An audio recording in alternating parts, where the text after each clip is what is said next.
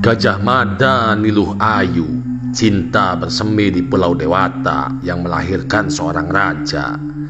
Dalam prasasti Arya Bebet, di halaman Candi Arya Bebet, Desa Bubunan, Kecamatan Seririt, Kabupaten Buleleng, Singaraja, Bali, disebutkan bahwa Gajah Mada memiliki anak bernama Arya Bebet.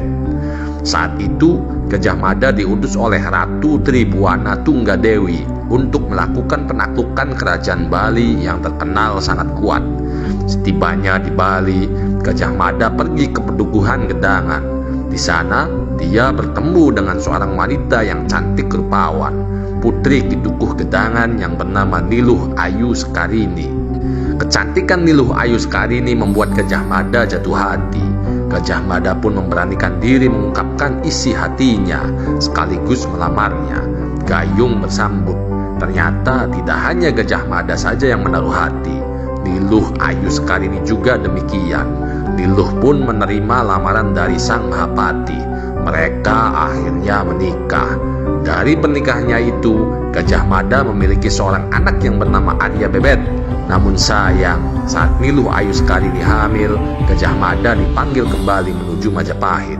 Yang menyedihkannya lagi, Gajah Mada tidak tahu jika saat itu Niluh Ayu Sekarini sedang hamil dan mereka akan memiliki seorang putra.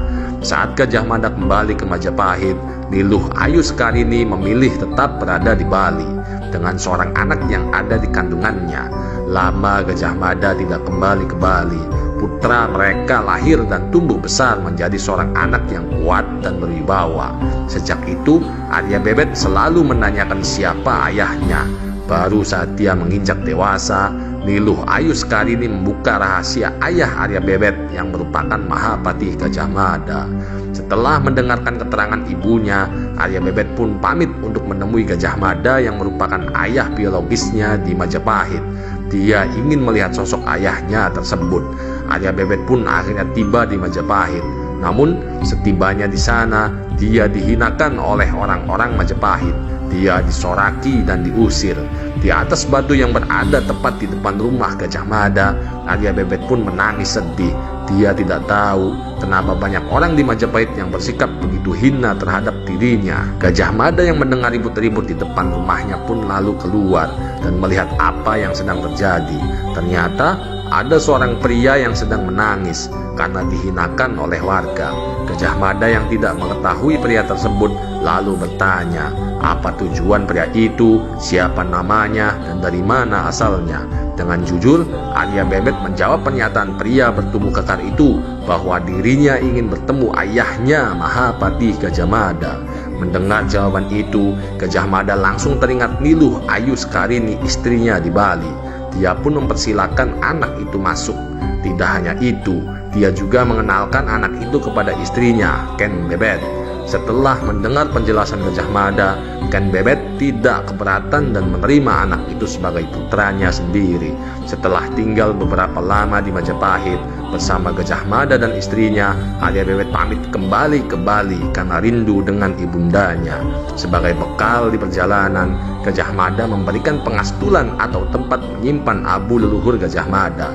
Dia berpesan kepada Arya Bebet untuk menaburkan abu leluhurnya itu sepanjang jalan yang dilalui Arya Bebet dan berhenti untuk kemudian menetap di tempat di mana abu tersebut habis. Wilayah yang ditaburi abu tersebut kemudian menjadi kekuasaan Arya Bebet, di mana dirinya akan menjadi raja di tempat tersebut. Abu terakhir itu ternyata berada di desa Bawahan, Bali. Di sana, Arya Bebet menetap dan menjadi raja. Bagi masyarakat Bali, kisah Gajah Mada sangat tidak asing. Menurut versi mereka, Gajah Mada bukan hanya memiliki istri orang Bali, tetapi juga dilahirkan di Bali, seperti tercatat dalam kitab Busana Jawa. Aduh, ternyata Gajah Mada mempunyai istri yang cantik dari Pulau Dewata dan memiliki seorang anak yang menjadi raja. Keren, bray. Bagi para jomblo, tetap pesimis, jangan optimis.